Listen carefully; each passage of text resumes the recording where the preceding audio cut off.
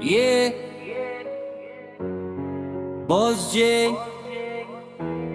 Hindi lahat ng tahanan ligtas. May mga kwentong nakatago sa dilim. Yeah, tinapakan ng dugo, sinira ang mundo. Boses na pinigil, di na narinig ng tao. Tinapakan ng dugo, inosente lugno. Sa kamay ng dapat sana'y kumukup. Tinapakan ng dugo, hustisya'y nasaan. Sa sariling tahanan, naging bangungot ang tahanan. Tinapakan ng dugo, sigaw sa dilim. Hanggang kailan ba mananatiling lihim?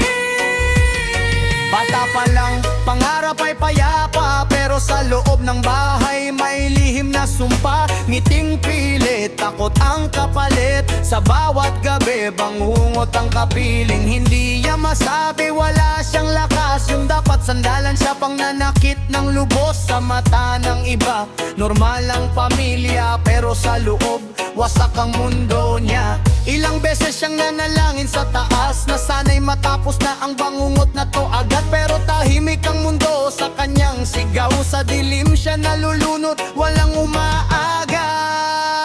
Tinapakan ng dugo, sinira ang mundo. Boses na pinigil, di na narinig ng tao. Tinapakan ng dugo, inosenteng lugmo. Sa kamay ng dapat sana'y kumukup. Tinapakan ang dugo, Hustisya'y nasaan? Sa sariling tahanan, naging bangungot ang tahanan.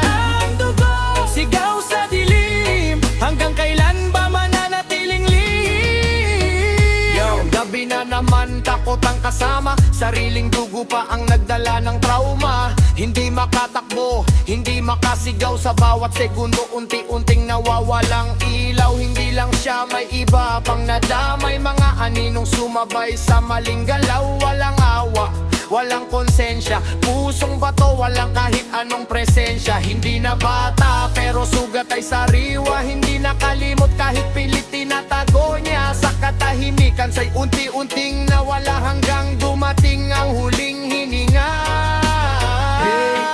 Pakinggan ang sigaw ng mga tinig na matagal nang naligaw. Hey, hustisya ang kailangan para sa inosente, buhay na nasayang.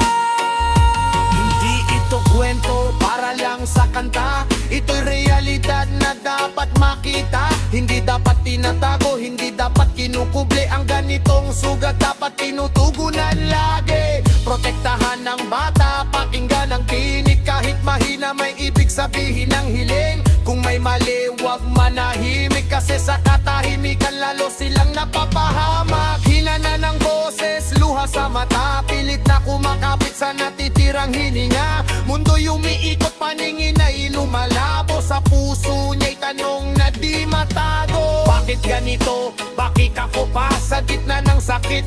Wala nang masandalan, hawak ang dibdib. Unti-unting bumibitaw sa katahimikan, doon siya naligaw.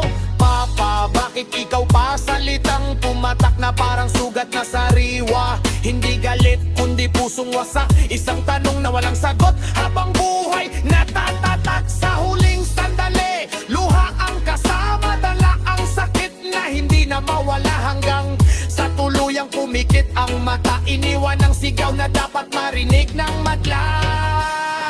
Tinapakan ng dugo, Hindi na dapat. Panahon na parang hustisya'y umangat. tinapakan ng dugo.